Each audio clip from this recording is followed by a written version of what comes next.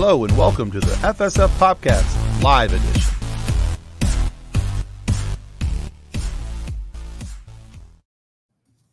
Oh, hey! Hey! Surprise! Surprise! That is the most terrifying thing that's happened today. Rude. Well, that's the worst thing that happened to you today. I'm sure your day's going pretty good. I also You're barely doing pretty good, yeah. All right, guys, welcome to the FSF PopCast Live Edition, the only show where Stan Lee has still never made a cameo. What? He's Still dead, too Tim. soon? Is it still too soon? He's dead, Tim. Like he didn't know that, Nick.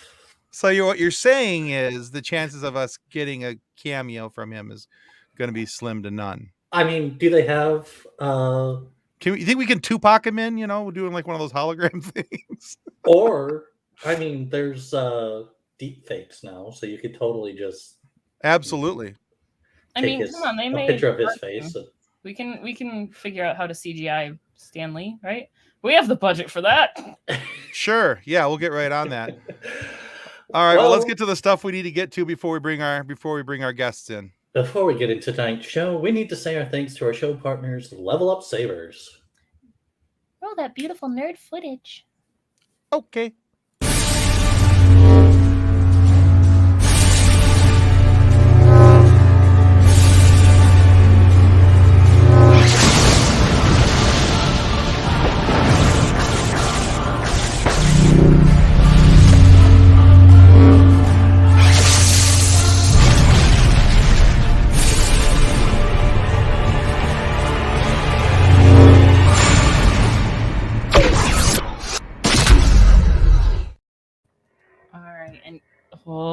I need to charge mine. Anyway, you guys know the drill. It's in the comments. Well, not yet, because I was too busy playing with my lightsaber. Okay, well, when Tim decides to stop playing with his toys, and I was even going to come in with like the lights off behind me and everything, but the switch is way over there, and I'm lazy. I mean, you could just like kick yourself backward and roll in your chair, but then you run the risk of like your chair tipping over and it coming back from the video, and Tim's just on the floor with his feet kicking. Turtle on his back. Proof that Tim does not have the Force yet.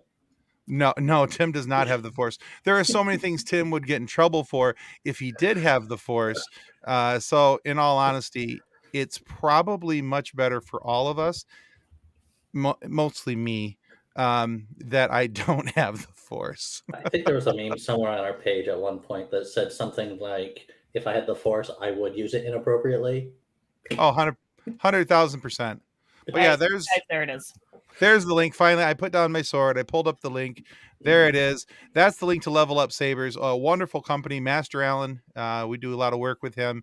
And I tell you what, he just posted a reel or a TikTok or whatever variation you view it on of him proving again the durability of these blades. He's backing over them with his car.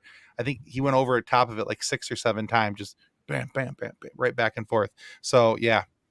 Definitely worth you guys checking out. And of course, you buying a saber from them helps our show continue to grow. And speaking of continuing to grow, one of the new things that we've been working on is a way for us to not only allow you guys a way to help us, but a way for it to be good for you as well. And so we worked up some different memberships on our Buy Me a Coffee page. We revitalized that, and that new link down there takes you to this page, which if I can ever get this stupid StreamYard to work, it's gonna look really nice. But then again, it's StreamYard. I'm getting there, I promise.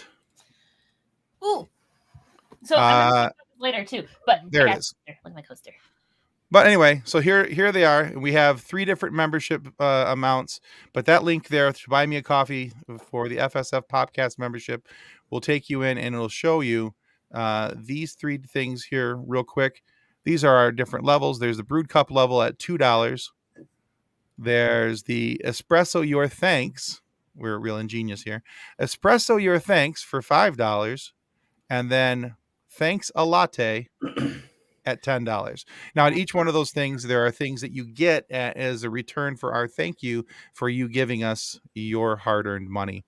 If you give us $2 a month, you get a discount code to use in our merch store, which will allow you to get, I think it's 25% off. It's either 20 or 25% off one of your purchases. So that's here at the $2 level. At the $5 level, the Espresso Your Thanks, you get the merch code and you get a sticker pack, a nerdy fun sticker pack upon your first month of signing up and the 1 year anniversary or the yearly anniversary of you signing up every year when that comes around. So you'll get at least one sticker pack a year from us at the $5 level. And then at the Thanks a Latte $10 package, you have the opportunity to have the code, the stickers, and you get, well, the creme de la creme. You get the opportunity to watch us make fools of ourselves, because all the things that we do on a live show that we can't edit out, John, our editor, and Nick, our other, who also edits, they take a lot of time to, make sure that all the ums, the ahs, and the times of Tim blowing raspberries into his microphone because he sounds like an idiot is taken out of that broadcast. There is a lot of those. There's a tremendous amount of those. It's kind of scary at times. But anyway, those are there for you guys. If you guys take a look at those and you think that there's something different that you'd rather see in those amounts, at those different levels, let us know. And we can look at it and see what we can do, because we want this to be good for you guys as well. We want this to be something that you guys want to contribute to because you feel like you're getting your value, your money worth, not just contributing. I was just thinking we should totally Yoda-ize those and be like, cup of brew, or I forget the names of our levels. But also, I think too that with that, and I'm saying this without talking to anybody else about it, when you sign up, we will then do a thank you shout out on the live, which may or may not involve doing it in random voices or singing a song. Thank you. Yeah, that's about as close we're gonna get to. So yeah, and here's John saying, I have so many hours of you guys messing things up. I could almost make something that rivals Return to the King with it all. Oh God, that scares me. Wait, theatrical or extended, John? This is important information. It doesn't matter. Either way, we're screwed. But yeah. I would like to say that it's an even 1/3 split between all of us, but I don't think it is. No, it's 2/3 me. The other third is you guys. It's 2/3 me. It's 2/3. I know that for sure. But yeah, so take a look at those things, and if you guys would like to contribute, you can do a one-time contribution on Buy Me a Coffee, or of course you can sign up and get some loot back in return. So we'd love to be able to make sure that you guys get your loot back. So loot back. That's right. I don't know why that sounds funny to me. Oh, that crap. It's the extended version. Okay, so that's why I was like, I don't know why you're asking. I know what it is. I'm not married to the men. All right, you said you had one thing you wanted to bring up real quick, and I cut you off to continue to talk about. I was just going with you were stumbling and stalling, and I was going to show this off. I'm going to do a product spotlight next week, but look how cool this is. It could be worse. It could be worse. It's a slate coaster, though. That is cool. And also, it really cracks me up that I have the coaster that says, it could be worse, right next to the box that says, everything will be okay. I need some better motivation over here. All right. Do I hear? Sorry. Yeah, I'm dog watching, so the awesome. dogs are playing with their toys in the other room. That's all right. That's what I thought I heard. And I'm like, now that we know what it is. It's fine. All right, very good. It's not your squeaky office chair this week, so it's fine. It's not even my office chair. Well, that's true.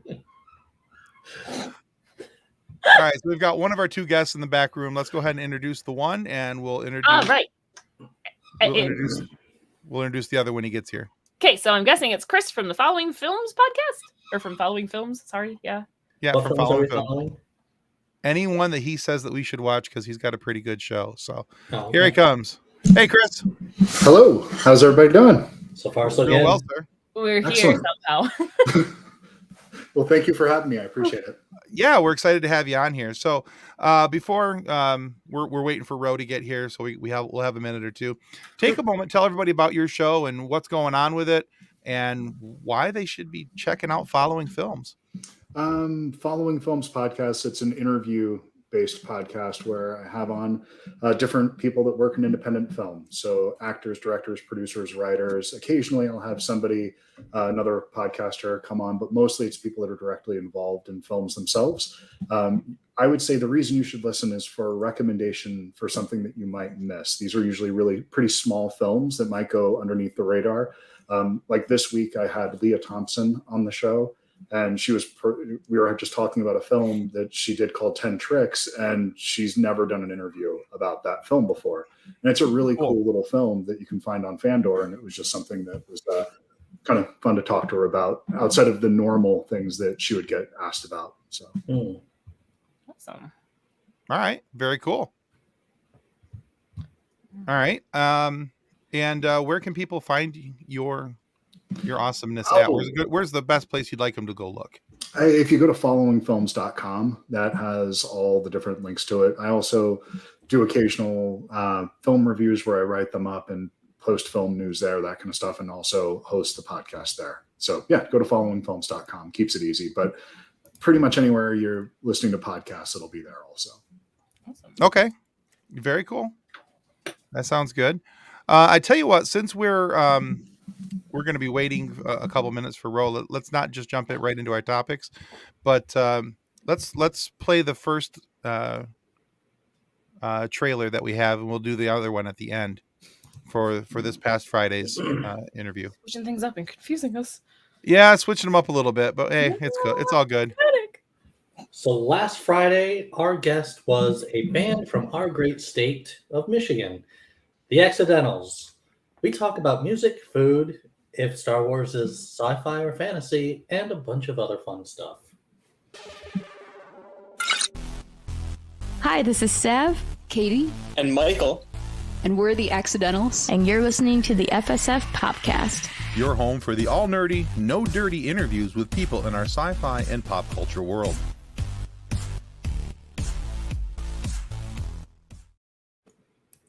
I have to say it took them more tries than you'd like to think to get that intro right.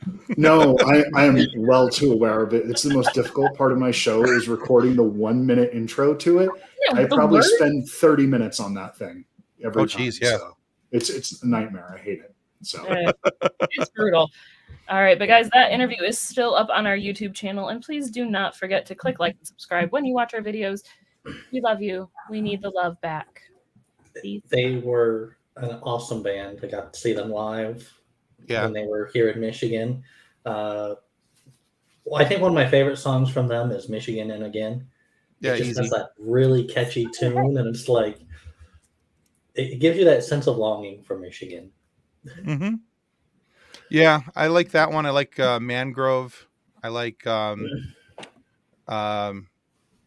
I think it's called KW or something like that. I'd have to look it back up, but it's a really cool. They've got a really cool sound. I love the fact that they can go from having like violins and mandolins over here to electric guitar, bass, and drums over here, and they kind of float all over the place. And their latest album, which is called Reimagined, they did with the Kaboom Collective, which is a 35-piece orchestra. And so if you love like orchestrated music, or if you're a fan, if you like Metallica's S&M, clearly this isn't the heavy metal version of this type of stuff, but that orchestrated side adds a lot to the music, just like it did with Metallica's S&M. And it's a really cool version of all of that. So, well, that tells you who the next guest is. So it will be Ro from the Scarif Scuttlebutt podcast. But yeah, he's going to join in as soon as he gets here. Don't worry about it, man. You're not jamming up anything. We're doing just fine here. But yeah. So let's go ahead. We'll go ahead and play the other trailer right now too. We'll talk about that, and then we'll jump into our topics for the night. All right. Well, this week, Friday, our guest is a talented actor with a new hit show on Hulu. Check out this trailer.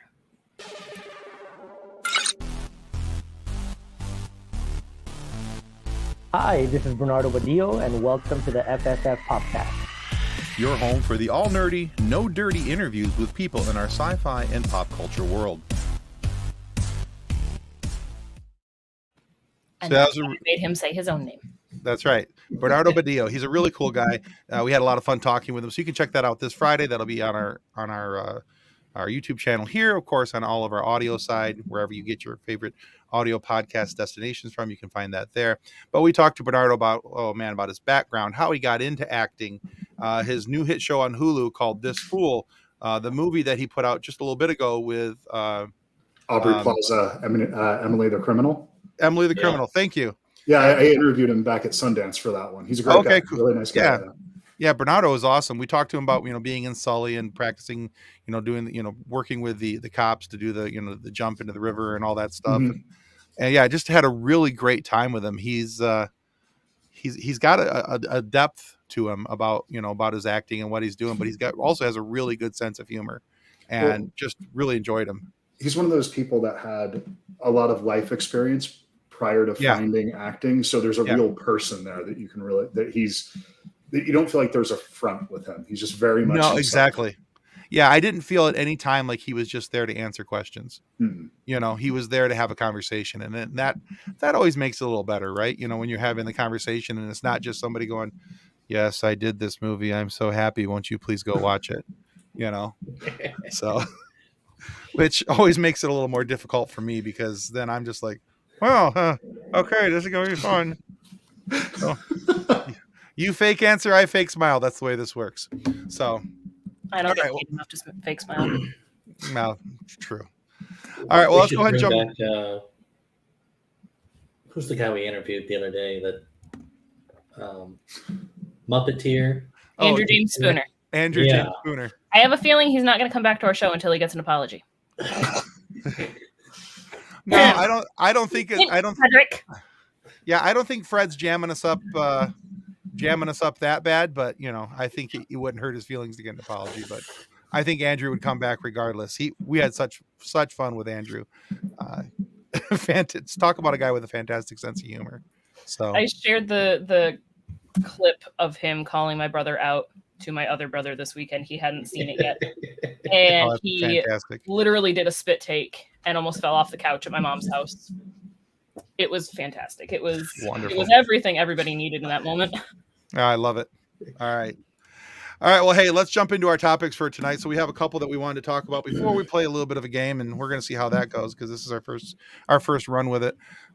First runs are always interesting. Mad Libs. True. That was rough. That was rough. Not going to lie. That was the change my name, move to a foreign country, and pretend I've never done this. No habla inglés. Yes. All right. So first, let's talk about Andor. I am a big fan of the show Andor. I have very much enjoyed it so far. But so not to put you on the spot, Chris, but I want to put you on the spot a little bit. Have you had a chance to watch Andor yet? And if so, what are your thoughts of it? It's the first one of the shows that doesn't feel like it was made for UPN. It actually has production value to it, and I'm including Mandalorian in it. That I can't remember the name of the technology they use for the fake backgrounds where they shoot everything on blue screen. It makes everything feel so cheap. This is the first show that feels worthy of being a Star Wars show to me, as far as the scale of it, the feeling of it, and even the story. I think is kind of fun because it's doing something a little bit different tonally with Star Wars, which is what I was hoping these series would do. And yeah, I would say this is probably my favorite entry into them so far. I'd kind of given up on all the Star Wars shows at this point. Okay. All right. That's fair. I would agree with the vast majority of that. I know people love Mandalorian. I'm a big fan of Mando and the show. But I will agree that I do think this is the best made, best produced show. Just everything that's going on. And I know that some people are really complaining out on the interwebs, because nobody can ever be happy with anything anymore, about the pacing of the story. It's the best thing about it. Okay, so yeah, that's how I feel. I love the fact that we're having this slow burn into something, that it's not just here it is, because we know what the eventuality is. We know what Andor's fate is, or Andor's fate. We know what Andor's fate is too, but, He dies at the end. Yeah, exactly. Spoiler alert, Nick. God. Oh, sorry. But yeah, so I mean, that's exactly it, right? We know what the fate for Andor is. We know where this is all heading, and so I like the fact that they're not rushing to the end. That we have a build up to see what his little bit of his background is and what's kind of going on. And yeah, I don't know. I just kind of dig that. I really hope they kind of throw us a curveball and give us a little bit of the Rebels. Like, I know we're kind of heading that direction, but like the cartoon series, The Rebels, I'd be happy with just a after shot or like one of those end credit scenes of like Thrawn or who's the kid? Yeah, those guys. Yeah, Ezra. Thank you. Brain's not exactly plugged into there today, is it, Nick? It is not, no. He's a Bobby. I would say this is the first show that doesn't feel like it has too much fan service in it, and I do like that as well. Agreed. Where it does feel like somebody is actually trying to do something that's more on a spy thriller in the Star Wars universe, and I do appreciate that about it. And I think if you move too far into this isn't what I wanted from this side of things, that you can get into trouble really quickly with that stuff. And Rebels, it exists as its own perfect little thing. This will take nothing away from it, and trying to copy it or anything else that has existed before, to me, could be a distraction. So it's those kinds of things. There's a delicate balance in those when you try to pay homage while also servicing the narrative that you're trying to tell. I agree. I think one of the things that I like is, like we've said so far, is that it's willing to be its own thing, and it's willing to set the table, not just throw the food on it, And so we're getting this nice build up, and we're getting to a point where, and I think, let's see, Dragon Buddy said it right here, that seeing the gray areas that characters both good and willing are evil to enter into is so intriguing. And I believe he's absolutely right, especially over the last couple of weeks where we're seeing the people who are in the Empire and the reasons why. Now we're seeing the reasons why the people in the Empire were willing to, come about and turn against them and work with, the rebels and why the rebels, what was going on in their brains and why they were doing what they were doing. And I think that is such an important part to this story, to the narrative of what's going on, that I think a lot of people have overlooked. That the people who are complaining about it's too slow of a pace and too slow of a build up, I don't think they're catching that this is what's going on. They're setting the table. So it pays off in the end, I think, to me, when you have something that's built up and you have something that's so deeply rooted in character, when this heads to where we know it's headed, I think it'll carry so much more weight than when you're trying to just outdo every episode from before and raising the stakes so much that you don't care anymore. It's like if you have the James Bond opening, the problem with that is that you've had this amazing action sequence at the beginning, but then you're just kind of let down for the next hour and a half till they throw that next set piece at you. Yeah, absolutely. Yeah. And yeah, so why are they willing to trade? Why are they willing to trade on the Empire? Right there. They're looking forward to seeing a meteor shower. Their morale is so low. So yeah, it's a really cool setup. I was thinking too that with this show, it's important to watch the one before it. So like this last week, I was watching it and I'm like, what is even happening? And then I realized I missed a lot of information in the previous episode. And I'm like, okay. Yeah, he was texting us in our group chat, and he's like, what in the world is even going on in this show? Why does it? I don't understand how this. None of this makes sense. And we're like, did you see this? He goes, when was that? We're like, last week. Oh. So. And I realized I did watch the week before, but it was like on, and I was just doing other things, not really actually paying attention to it. So how far in did you get before you realized that there was this black hole of knowledge? Almost all the way through it. I did get all the way through it. And I'm just like, this is ridiculous. I didn't realize you got that far into it. That's awesome. I think that's part of the thing about streaming now. That I'm going to throw it out there as a wild guess that everybody on here has started an episode of a show that you've already watched and not realized that you've already seen this episode until like 15 minutes in. You're like, oh, wait, I know everything that's happening because I watched this a week ago, but it didn't click until right now. My streaming platform didn't update across multiple devices. Exactly. Mm-hmm. I did that just last week with the new Lord of the Rings Ring of Power show. I was watching the episode from the week before, and I'm like, this looks really familiar. Why is this is like a really long previously on Lord of the Rings, a really long intro. I could not understand why it was, and then I was like, yeah, I'm an idiot. So as long as you admit it. Well, there's worse things I could admit, I suppose. Honestly, so as much as I enjoy listening to you guys, I actually haven't watched any of it yet. Like John started the first episode, and he's like, "Hey, are you okay with me watching this?" I'm like, "Yeah, sure." And then I fell asleep. I will say it will probably be better to watch it in sections. And that's kind of what I was thinking too. Is like as people talked about how slow the pacing was, and I'm like, I'm gonna wait until I can watch more of it at once, so that I'm not the annoyed person. Yeah. About the pacing of it. And in all honesty, I think it was really smart of Disney to release it in the first 3 episodes all at once, because if they would have released just that first episode, it would not have been enough, I think, to bring enough people back. That third episode is when everything starts tying together and you start seeing where it's headed. Starts clicking. Yeah, exactly. Yeah.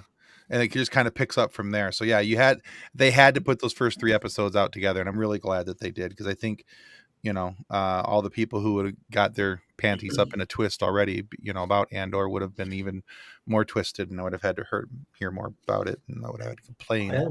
I'm also struggling with there are so many shows all coming out at once that I want to watch that I don't have time to watch all of them. And so I'm like, Andor is the one that I can wait. I'll wait for that one. Hey, Ro. Hey, everybody. I just noticed that you were in there. I'm sorry. I don't know how long you've actually been sitting in there. My bad. No problem. I apologize. For hours, Tim. Well, hey, real quick before we continue on with any of our topics, Ro, why don't you tell everybody about the Scarif Scuttlebutt?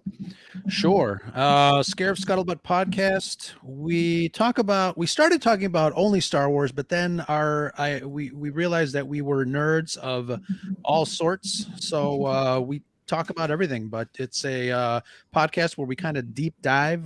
My co-host Shanti and Brad, the 3 of us kind of really pick apart things, concepts, and not just your usual, what's your favorite ship or who's your favorite character, but we go into the concept of a lot of the science fiction and fantasy that we like to watch and really dive deep and we sit there and think about stuff and talk about it.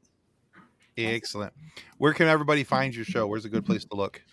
You can find our show wherever you find your other favorite podcasts. We are available everywhere. You can also check out red5network.com, the number 5, and we're there along with a whole bunch of other nerds. Excellent. All right. Fantastic. And just real quick, hi, Lunar Girl. Thanks for coming on. So we've been talking about Andor for the last couple minutes. I think you could hear that back in the green room. So what are your thoughts on Andor? I agree with what Chris was saying. I caught a little bit of that, and I think I'm going to go out on a limb and say this is probably one of the best Star Wars we've had in a really long time for various reasons. I too I think at first I was very impressed with the stagecraft volume technology, because it was, Star Wars is always on the cutting edge of technology when it comes to filmmaking. And George has been trying to do Star Wars on the small screen forever. We finally got it, but it kind of looks a little weird. I think our eyes have been trained now to spot those things. And you can plainly see the difference between the cinematic scope that we get in Andor versus it looks like it was shot in a closet.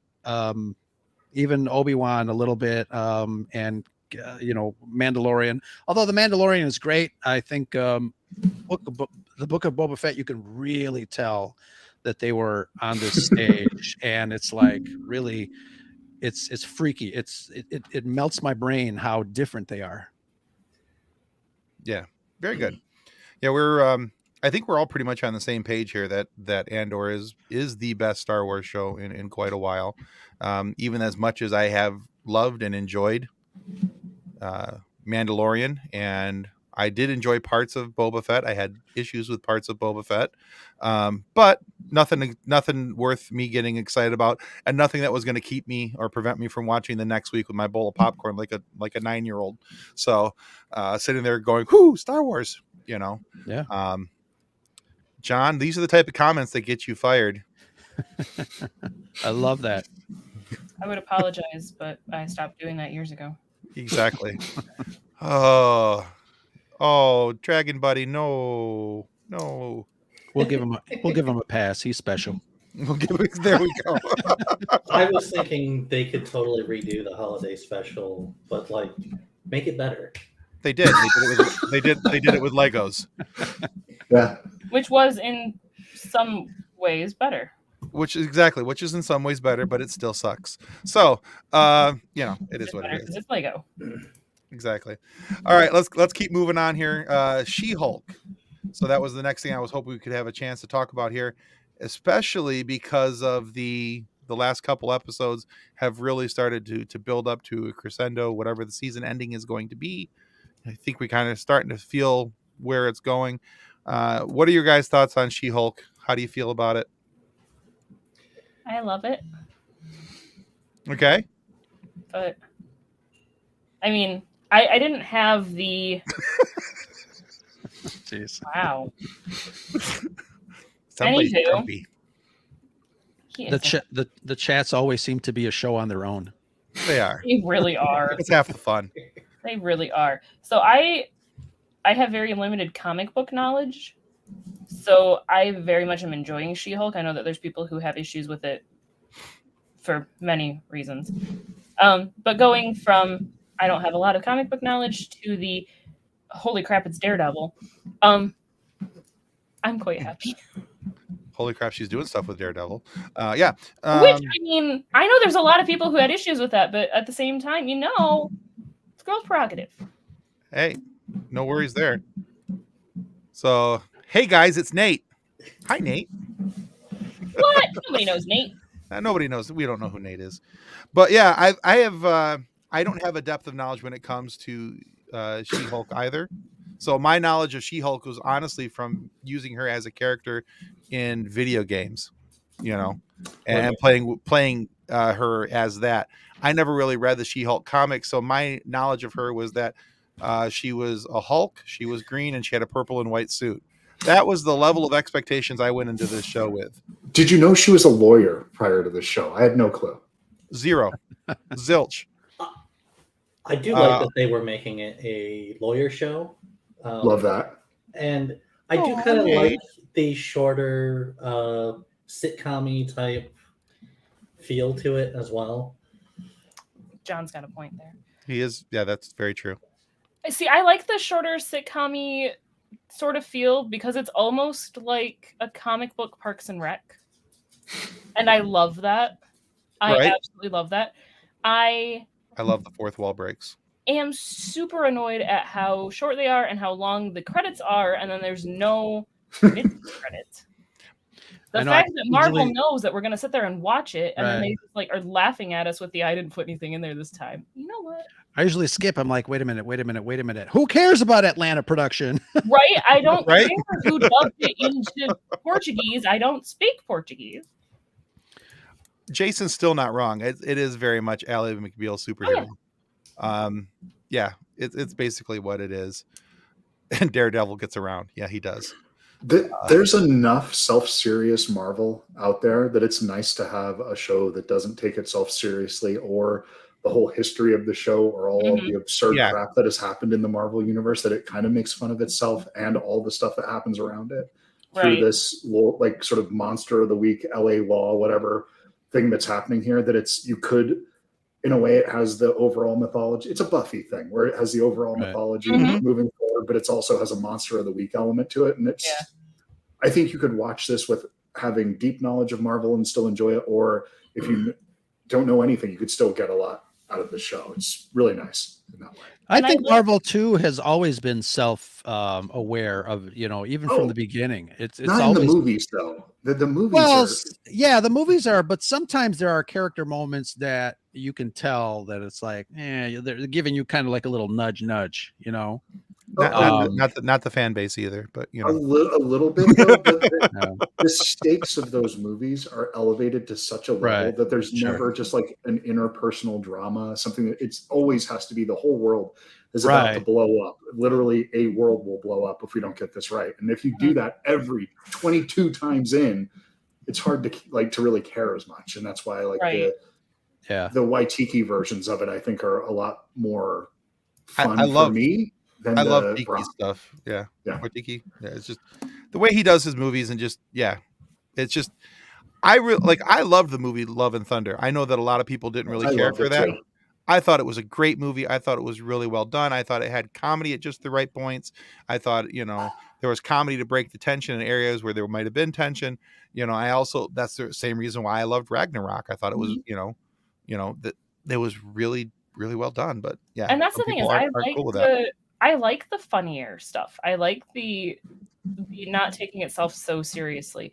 I mean, having a serious superhero movie, sure, that's great. But at some point too, I want the stupid jokes. Like that's one of the things that I love about Deadpool is you get the in-your-face stupid jokes. And I'm watching a movie to be entertained, not to be on the edge of my seat with the, oh my gosh, the world's all gonna die. Oh wait, no, they're superheroes, they're gonna save it again. I want dancing baby Groot. Dancing baby Groot. Chris Pie 5. Yeah, there's a lot of things about those type of movies where I appreciate the seriousness, but I like comedy. I like being able to laugh. I love the fact that some of these movies aren't taking themselves so seriously. And I got to put this back up on the screen just for a half a second because it very much amused me. John wants to see the Justice League done in the style of Office or Parks and Rec now, preferably the DC animated universe and the old Batman the animated series style. That would be great. I would sign up for that.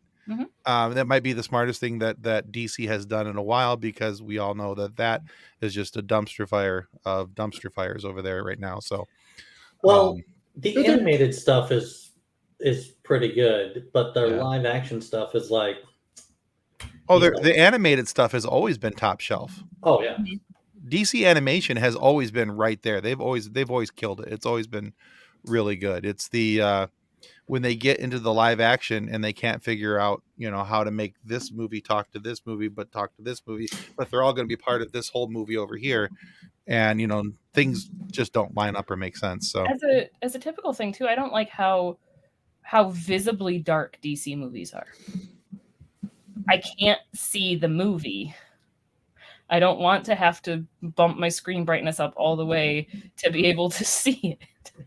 It's stupid. I think that started changing with Aquaman a little bit, where they actually discovered a new color palette. And if you're going the DC versus Marvel thing, the color palette up until very recently, and Marvel has been very flat. And they had a house style that was the first 15 movies or so. That was pretty dull to look at after a while. But the DC movies that are kind of on their own and not part of the bigger thing, the standalone movies really work. It's just when they start teaming everybody up, it all falls apart for me.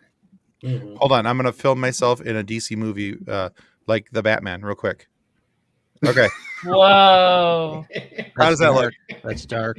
You have to do your gravelly voice now. Oh, I'm sorry. You get it up there. Let's see. Yeah, and so I really enjoyed the movie Thor: Love and Thunder. Bingo.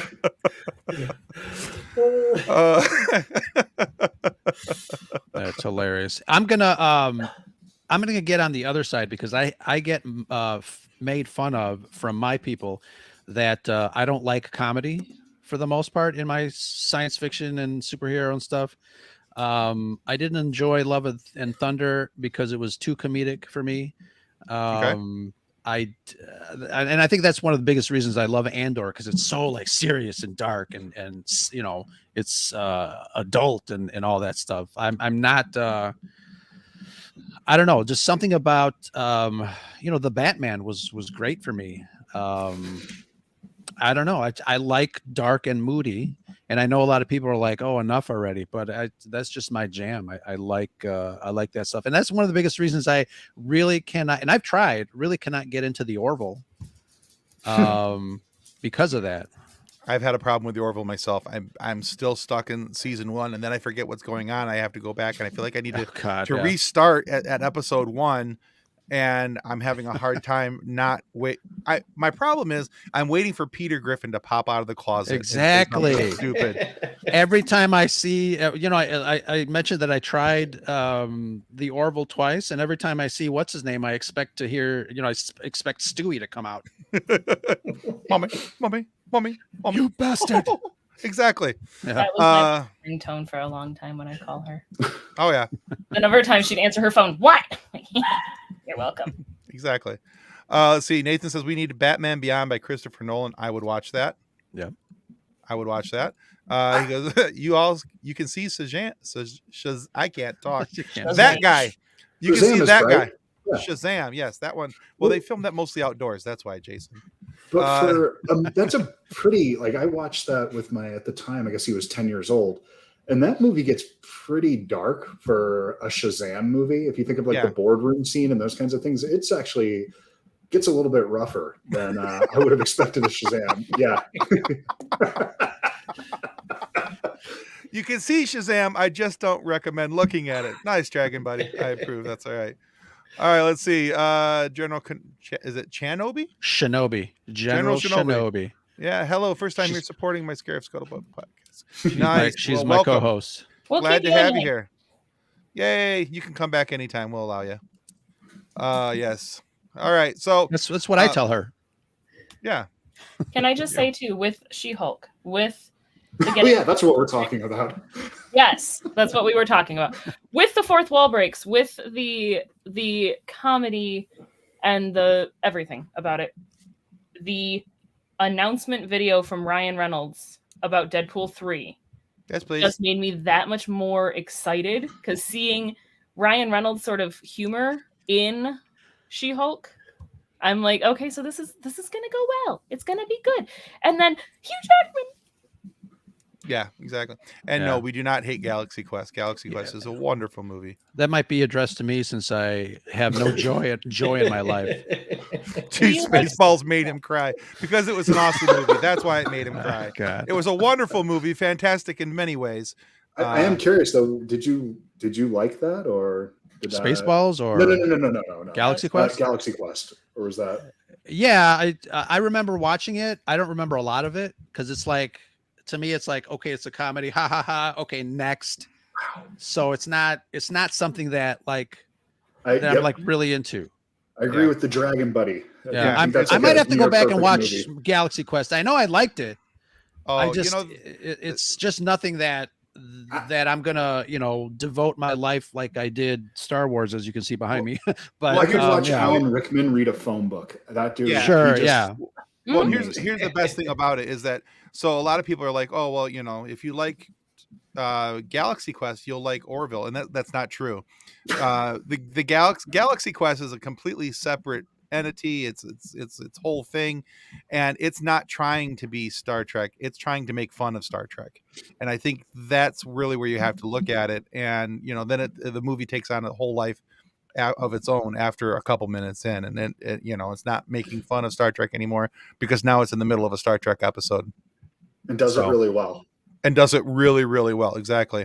Getting back, this is an older comment. We have so many comments. I'm struggling to kind of keep up here tonight. I love this. We got people watching. It's a good problem to have. I love this. Jason Taylor said, I love the Batman. Actually, I really enjoyed the Batman as well. I'm kind of hoping that I want to see a movie where Batman and Catwoman, or after Catwoman goes left and Batman goes right. I don't really care what Batman does anymore, but I want to kind of see what happens with Catwoman after she goes left. Yes. I was not expecting how long the Batman was going to be, and halfway through the movie, I'm like, It We didn't feel long. barely to me. scratched the surface. Yeah, it didn't feel long to me. Halfway through the movie, I was like, God, I gotta pee. I'll hold it. Yeah. Nope. Oh yeah, this is a 3-hour movie. That is also part of my struggle with the DC movies is I can't sit still that long. Nope. Because you have a small bladder? No, I have a 4-year-old. And it's the movies like this I can watch after she goes to bed. But then it's she goes to bed at 7:30 or 8. I've only got a couple hours before I'm unconscious too, because she's up at 6. Like, right. Just think of the Batman as a 3-part limited series and just stop at an hour each time, and then you'll do it. And you would still have the same experience where you'd watch the first hour, then you'd watch it for another 2, and you'd be like, oh yeah, Paul Dano's in this movie. You just like completely forget because of how much time you spend between. There's literally a movie in between his scenes. And conversely, I'm really enjoying She-Hulk, oddly enough. And I think one of the biggest reasons is that what's her name? Tatiana Maslany. Mm-hmm. Yes. Mm-hmm. I mean, she's just drawing me in. I love the way she's portraying the character. And there's I think the episode where they were in a circle together in therapy was a little goofy for me, but the following episode was great. I think I zoned off after a few episodes because I was watching something else, but once I got back into it, I'm enjoying. I must love green women. Really nice. Really nice. You and Captain Kirk both. All right. Exactly. My There were only some others that had some fetishes about her too. My only real complaint about Yoda. She-Hulk, which is a stupid complaint, and if you're talking about green women, it would be Yaddle. No, Yoda had a thing for green women. That would be Yaddle. My only other complaint is that when Jennifer goes from Jennifer Walters to She-Hulk, that they straighten her hair. That is just stupid to me. It's why does the hulking have anything to do with her hair? I love the things that we get caught up on.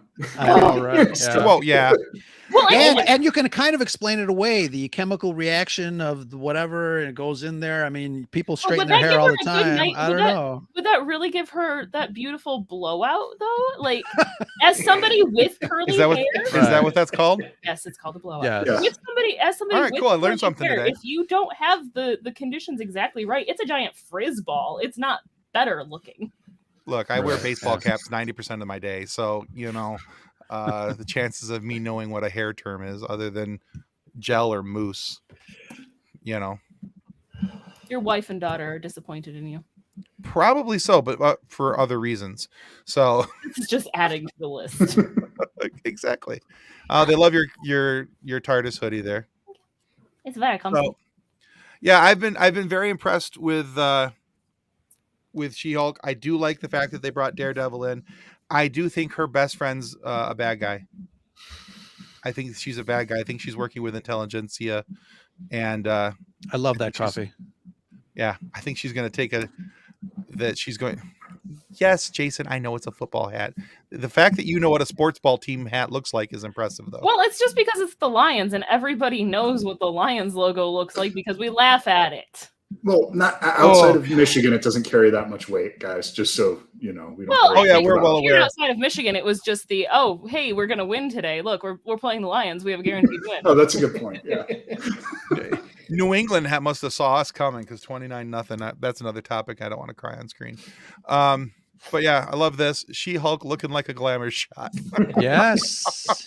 Yes. Give me more. Also, it's completely impractical for a superhero to have long, flowy, luxurious hair like that. It's just easier to grab. And Thor got there first, if we're being honest. Nobody I did think Thor's hair. Well, true. I did think it was pretty impressive, though, I should say impressive. I thought it was cool that they gave a nod back to the comic book suit for her. It wasn't exactly the same as what it was, at least what I remember seeing in video game and the comics that I have seen. I mean, I didn't read them, I saw them, but but yeah, I thought it was pretty cool. They came back with a purple and white suit. So maybe she's born with it. Maybe it's gamma radiation. I like it. Mic drop comment. That's fantastic. And on To that be point, fair, Detroit was just told they had an NFL team for participation. Nice. I thought it was a blue cat, but yeah. So, all right, well, very good. So, those are the couple things that we've been talking about in amongst ourselves in our own little chat for our group chat for our podcast, talking about She-Hulk. We've been talking about Andor. We've also been talking about Lord of the Rings, Ring of Power, but we're running kind of tight on time, so I don't think we're going to hit that tonight because that's a whole different can of worms. But what I thought we'd do, because we said we were going to do it, let's take a few minutes and play Pick 2. I thought, I'd come up with some really cool theme music and everything, and then I got distracted with the internet and video games, so that didn't happen. he picked 2, all right. Yeah, One I of them picked was 2. not the podcast. Neither of them were the podcast, if we're being honest, at that point. But PUBG was way more fun at that point. Just saying. All right, so so the premise of Pick 2 is that each of us have picked a universe that we're going to pick 2 people to defend and 2 people to attack. And they don't all have to be from the same universe. They can be Marvel, DC, video games, from novels, But, just know that we most likely can and will pick on your picks. So that's probably going to happen at some point, especially from Nick. So anyway, I just say that because I like to pick on Nick and he likes to put up with it. So Does he really at least I like think he to does. put up with it? So we'll start with our guests. Ro, let's start with you. Let's see what your picks are. What universe are we in? We are in the Willow universe. Okay, cool. Waving around some magic dust, and then all of a sudden, it gets attacked by. Let's see. It gets attacked by, and I have to pick 2 things that it gets attacked by. Yeah. 2 bad guys, 2 bad things. The guy from the Minions. Gru? Yes. Okay. He's in that world. I don't know why, but he's attacking. And then Okay. another bad guy. Yep. Probably Dr. Doom. Because I really would love to see Gru and Dr. Doom like argue about stuff about, what plan they're going to, I don't know, unleash on this world. I think that'd be hilarious. Considering your personal taste, is this going to be a dark and gritty version of Gru where he's like grayscaled or something? Absolutely. Why Okay, not? perfect. All right, and who's defending your universe? Who's defending my universe? I think Marty and Doc from Back to the Future. Ooh. Nice. Yeah. Gru and Doom. I have a comic book artist friend of mine. I might actually have him do some doodles of that. Do they get to wear matching T-shirts that just say "Groom" on them? I'm with him. Yeah. I'm with stupid. Arrow's pointing the other way. But they always point the opposite direction. Yes. No matter where they stand. Yeah. Exactly. Very good. All right. Actually, you know what? I'm actually kind of curious. I kind of want to see Gru and Doom now. And your picks are way more they fun than sound mine. great together. And you said like the Benefer name Groom is just kind of rolls really well. Mhm. So, Right? Yeah. I like it. Yeah, then that's a great- And people Right. will ship them and call them Groom. Exactly. Right. But now that Yes. you say it, then they're evildoers in tuxedos. Yes.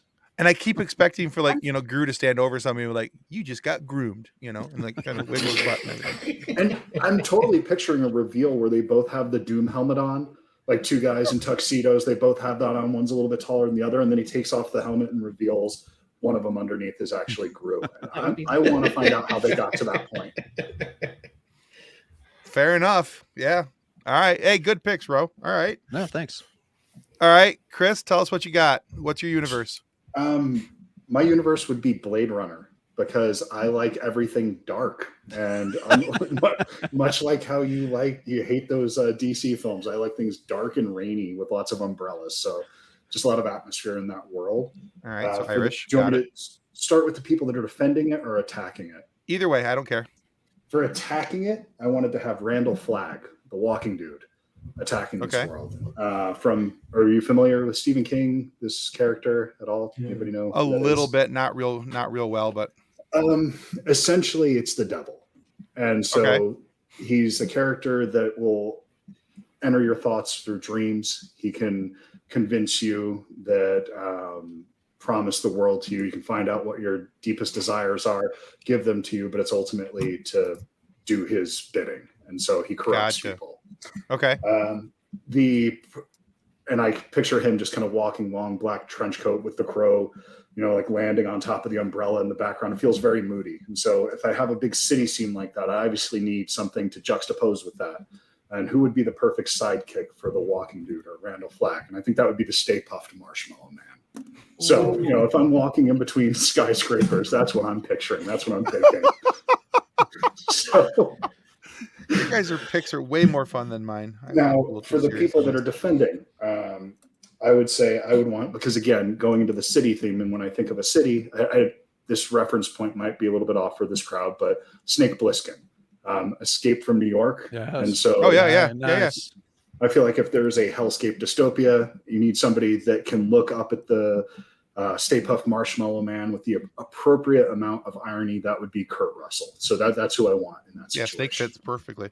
Then for the person who will actually be the heart of the story, the person who's there to defend it, and really the person who you want to defend civilization. Again, I think that this isn't it's a new character, one that you might not be familiar with. But if you guys have seen Prey, the latest Predator film, yes, in that there's Naru, who is the woman in pre-colonial times, who essentially defeats the Predator with a spear. And if that's not badass enough, the actress's name that plays her is Amber Mid-Thunder. So, yes. I mean, that you don't get more of a badass name than that. I mean, she's one of the rare people. The actress's name is more intimidating than the character's name. Agreed. So there you go. That's my universe. That's good. Yeah, those are good. All right, Nick, since you're the originator of this, so just so you guys are clear, the way this all started off is at the end of our interviews, especially when we were interviewing like voiceover characters or people who had done a lot of nerdy type of stuff. Nick would ask a question, well, hey, we have our Facebook group with over 206,000 members, and it's got, it's just full of memes, this universe mixed with this, with that. And, so out of your characters, what two would you like to come together? And that's how this all started. And I thought, man, that may be something that we could do to take into the live show. Might be a little fun to try. So that's why we're doing this tonight. But now you get to hear all our picks and hear, you guys did really good. And I'm afraid that I didn't do it. So I might have been too serious with this. Go ahead, Nick. So the universe I picked is a universe you would kind of think of like sunshine and like happy-go-lucky kind of thing. Was the Mario universe, like the Super Mario Brothers type. Yeah. The video game, not the 90s movie. And then and it would be attacked by Smaug the dragon from The Hobbit. And I was thinking I could go with a Pokemon, but then I was like, no, they wouldn't really, I don't know, they would almost fit into that universe. So I'm actually going to change it to Saint Dane from a book series called Pendragon, Journal of an Adventure Through Time and Space. He was like one of my favorite bad guys or villains in a book series. And there came a point in the books where you're like, I think I agree with him. And he's just one of those like highly manipulative people. So you'd have the power of Smaug decimating things, and then someone who's actually smart as a villain behind things. But then I was thinking those who would defend it, I think it would be fun to have Captain Reynolds from Firefly and Arthur Dent from Hitchhiker's Guide. Kind of the exact opposites of our villains, who are slightly destructive, but at the same time, maybe not as smart and a little more foolish. So I figured that would be a fun combination and see where it goes from there. All right. Nice. Good picks. All right, Kathleen. What you got? So my universe is the Inside Out movie, specifically inside of Riley's head. Because Okay. why not? Sure. It is being attacked by Caillou and Peppa Pig. It's a true story, actually. It really is. It really is. However, I think she'll be okay because she is being defended by Andy Dwyer and April Ludgate.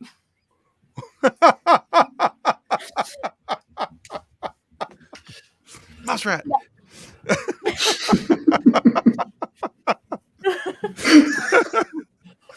Oh, Caillou and Peppa Pig. Yeah, if you don't have kids, you probably don't know who Caillou and Peppa Pig. They're no. I totally See, there you go. Caillou, Your girl gets it. Caillou and Peppa Pig are banned shows in our house. My daughter is not allowed to watch them. No, that's completely legitimate. Well, I lost so much hate for Caillou. Oh yeah, because he's so obnoxious. In 5 years, it'll be a podcast talking about Coco Melon. So it's just it's all cyclical. Yeah.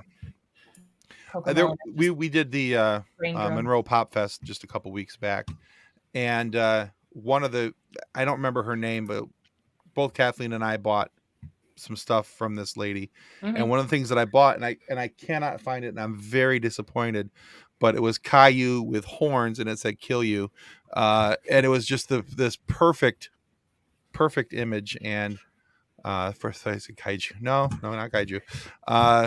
Ro, you have no clue. There it is. Clue. I know Caillou. What are you talking about? But I also figured too that with Andy and April being Andy and April is gonna go full scary on Caillou and Peppa, and then they're gonna have a roast pig. Aye. Which will just make Andy so happy that he'll have bacon. He'll write a song about it.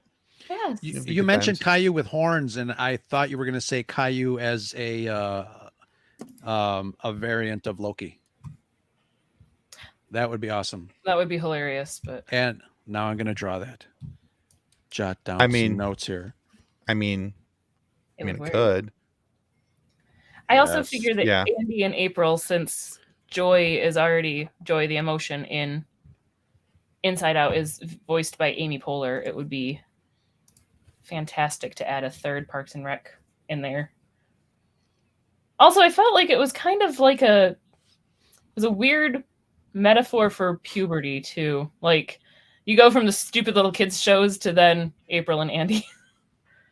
As you grow up, you realize that kids shows are kind of awful and there are bigger and better things. Yes, absolutely. April and Andy from Parks and Rec. Yeah. Yep. Taking down Caillou and Peppa Pig. He grew up without him on the carried away. I definitely did not. So yeah. All right. There we go. Yeah. Get some good fight back there. Burt Macklin and Janet Snakehole would wreck that ball in the pig. Yes, they would. I can also just imagine April trying to out sadness. Yeah. She'd win. She would. So, yeah, good. Yeah, that was a good pick. All right, so here we go. These are my underwhelming picks. You guys all killed this, and prepare for the suck because here it comes. All right, so he's not wrong. I was going to go into my picks, but he's not wrong. As a fellow Gen Xer, I completely agree. Yeah, that kid needed less time out in the corner. A little more wooden spoon, maybe. Anyway. He was bald forever. I think he had leukemia or something. Leave him alone, guys. Please. It's like Charlie Brown. He's got no hair. There's a reason for it. Parents keep shaving his head. Wouldn't listen. All right. So my universe that will need to be defended is actually Earth, but it's Earth from Firefly, being governed by the Alliance. So, which they leave the Earth and they're going out, of course, at all the other planets, and the Alliance is just a bunch of big jerks. Anyway, so attacking would be, and I thought, to be part of the Alliance and going out and attacking all these different places, we would need 2 really rich bad guys who have access to whatever and however, and who, really on the bad guy side of things is really richer than Kingpin and Lex Luthor. So I thought between the Minions and Lex Luthor with his really cool super suit and, and all these other things, and Kingpin can just take one heck of a butt whooping, that, I thought that those would be good bad guys together. So, no, he didn't have leukemia. He's just a bad kid. The bald kid has Munchausen by proxy. Oh, Jesus. Oh my God. Ro, that's a lie perpetuated by Nickelodeon. All right. And then I thought, well, I got to have somebody who will be able to withstand the Alliance, be able to withstand Kingpin and everything that he's going to throw at him, Lex Luthor and his suit and everything. So we really need guys who can take a beating, and even if they were to lose a hand, they'd be very impressed with how big things feel in that tiny little hand. So Deadpool and Wolverine were going to be my defenders, because not only would they be able to, if they needed to, get beat up pretty good and then regenerate and come back, but the humor, because I may have watched the trailer announcement from Ryan Reynolds right before I did this. So yeah. And I was like, yeah, it's definitely going to be Deadpool, definitely going to be Wolverine. And yeah, I cannot wait to see those guys on screen. And yes, Deadpool and Wolverine, the ultimate duo. I thought so too. So yeah, not as cool and fun as some of the other picks you guys made, because frankly, those are fantastic. But that's where my brain went with this, and this is why we put our guests on the spot and don't let Tim answer these questions. So, all right. So hey, we're a couple minutes over our time here. We usually only go for about an hour. And yes, General Shinobi, yes, Deadpool 3 is going to be great. Mm-hmm. Looking very much forward to that.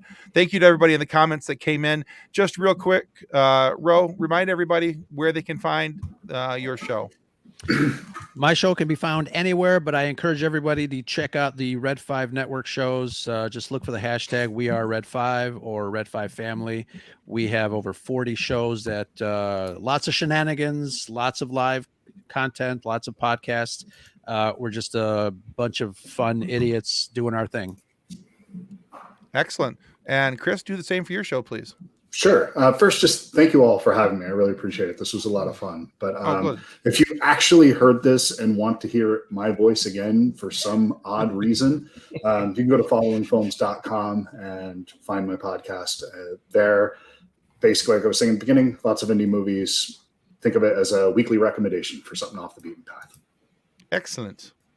Well, yeah. Awesome. Well, thank you and welcome to our 2 new subscribers. I appreciate it. Don't forget to check out Level Up Lightsabers. You can find that link up there in the comments. Go buy a lightsaber. These guys are awesome.